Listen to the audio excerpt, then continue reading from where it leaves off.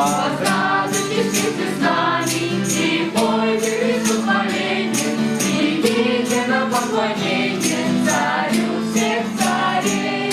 Хороших вестей, где бы ни были вы, и дома вы надежду, что Господь подарил.